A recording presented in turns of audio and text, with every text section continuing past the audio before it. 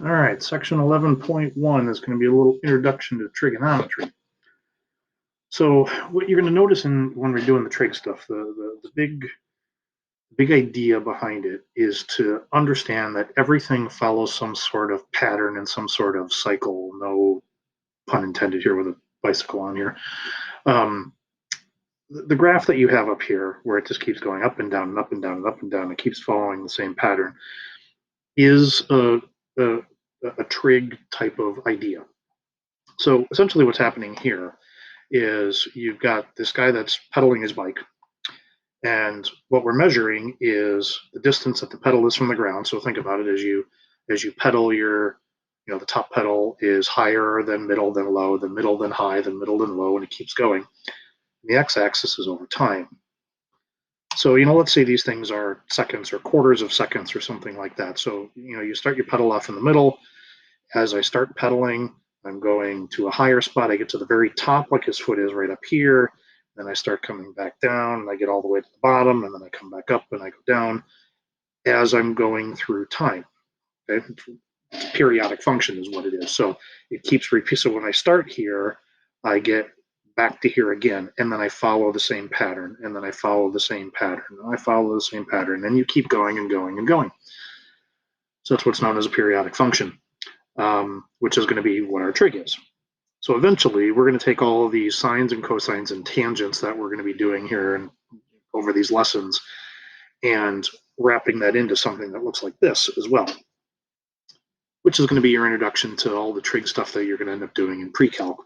Pre-calculus is a very large chunk of the second semester is going to be dedicated to trigonometry and stuff that goes along with that. Okay, so let's do some intro things. So first of all, you should have done 11.1's GeoGebra activity. If you haven't done that, pause this, go do it. It's the first worksheet in chapter 11 in your booklet. All right, so let's talk about angles.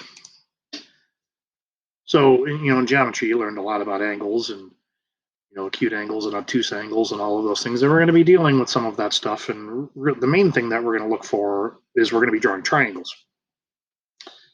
So we're going to start off with a coordinate axis, xy axis, and we're going to put an angle on that coordinate axis where the vertex is going to be here at the origin, and then we're going to have the angle start on the positive x-axis, so from 0, 0 to the right. Okay. Then I'm going to take that and I'm going to rotate it either clockwise or counterclockwise, and I'm going to form an angle by doing that. The other end of the angle is going to be called the terminal side. You're going to hear the word terminal, meaning where it ends, quite a bit in stuff that you're going to be doing. There's going to be more vocabulary in this chapter than chapters that we've done in the past. So in any case, you're gonna take your angle and you're gonna basically start turning and turning and turning until you get to wherever your terminal side is. That's going to be the measurement of your angle. We're going to typically call that theta. All right, so it's the Greek letter that is Theta, theta. Okay. You don't have to call it theta. You'll sometimes see it called x, things like that. But the problem with using x is, if we're using an xy coordinate, it can get confused. So that's why we're going to do something a little different, call it theta. If you take that thing and you start from the initial side and you rotate going in a clockwise fashion, which is what we're usually going to do, you're going to have a positive angle measure. So this angle here, well, let's do a couple angle measures here real quick. So this would be 0 degrees. If I rotate a quarter of the way around, that's 90 degrees. I mean, that should make sense. That makes a right angle. This would be 180 degrees. Straight line's 180 degrees. You learn that in geometry. This would be 270 degrees. Okay, so we're just going by 90s.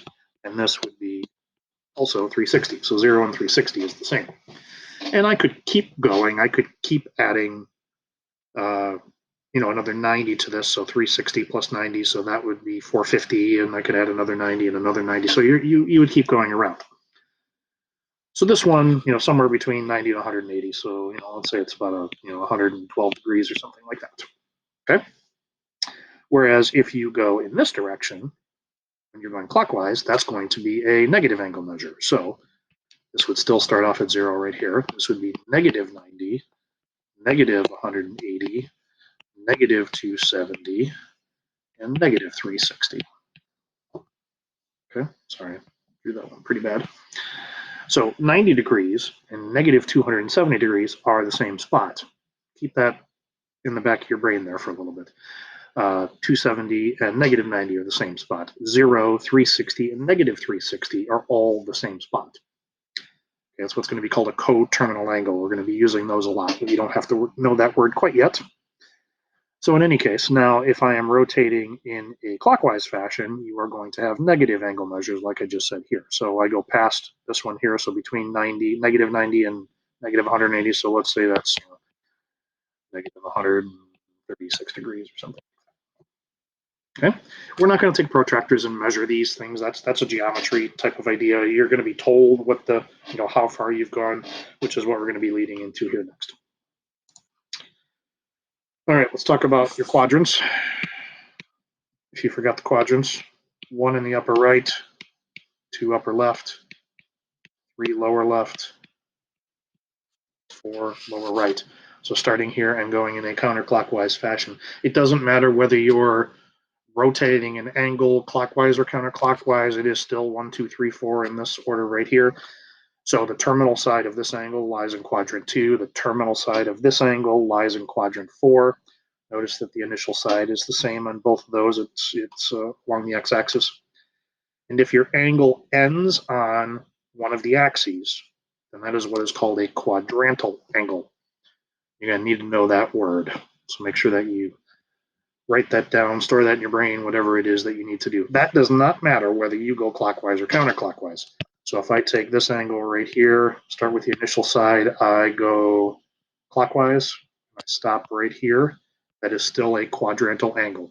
So anything that is adding the 90 to it, so 90, 180, 270, 360, 450, and so on, any of those would be considered quadrantal angles. So if an angle falls, the terminal side falls on the axis. All right, so let's go through drawing a couple of angles. 45 degrees. So again, 0, 90, 180, 270. If you need to, the first couple of times you do this, draw your 0 degrees, your 90 degrees, your 180 degrees, and so on. You can put those on there.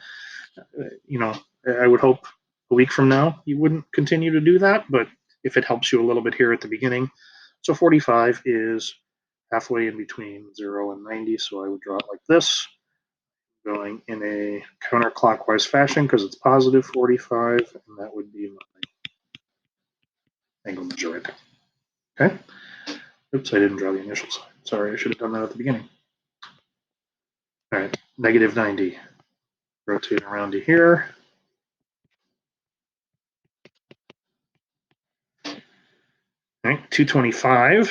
225, so this would be 0, this would be 90, this would be 180, this would be 270.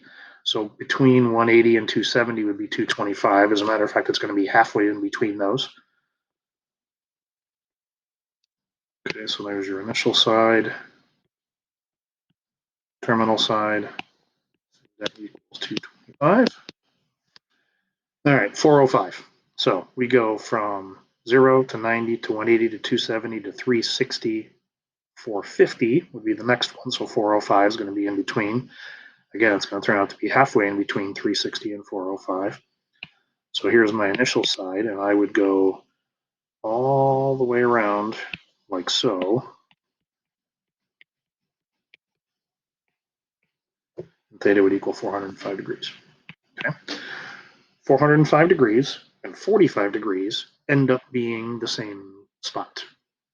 Okay, they end, the terminal is the same, terminal side is the same on 405 as it is from 45, which is what we're going to be talking about in section 11.2. All right, last thing. In your 11.1 GeoGebra, you were discovering what radians were. We're going to talk a little bit more about those in 11.2 as well. This is going to be your changing from degrees to radians. So what you learned in there is that 180 degrees and pi are the same thing.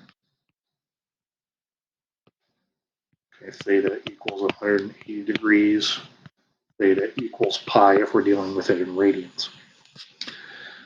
Again, we'll explain that a little bit more in section 2 as well as the GeoGebra stuff that you should have done. So if I want to convert from one to the other, I can set up a ratio.